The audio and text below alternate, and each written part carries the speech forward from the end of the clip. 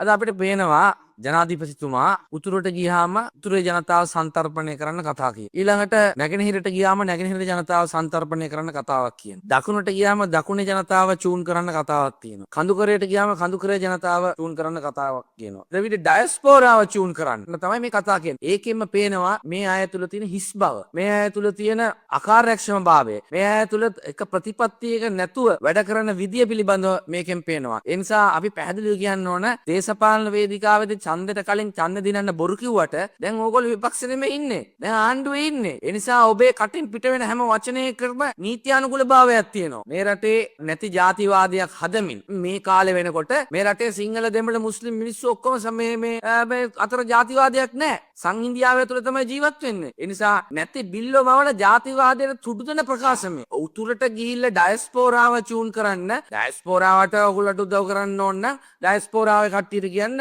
ලංකාවට එන්න.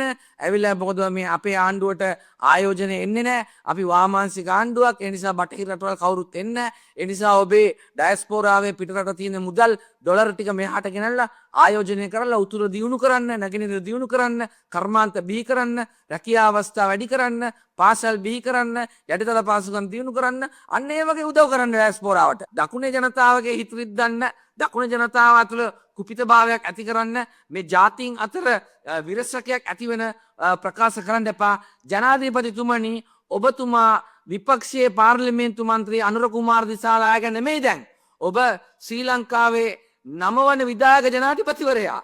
ඒ නිසා මේ කරන ප්‍රකාශ, මේ කරන ක්‍රියාකාරකම් වල නෛතික භාවය මේ රටේ මිලියන 22ක් ජනතාවට වළංගු වෙනවා. ඒ නිසා මේ සෙල්ලම් කරන්න බෑ. එහෙම නැත්නම් ඕවගේ කතා පැලවත්තේ බෝඩ් රූම් එකේ කරගන්න ප්‍රශ්නයක් නෑ අපිට. හරිද? මේ ප්‍රසිද්ධ වේදිකාවේ මේ රටේ මහ ජනතාවට කියන්න එපා කියන එක ඉල්ලීම අපි කරන්න කැමතියි.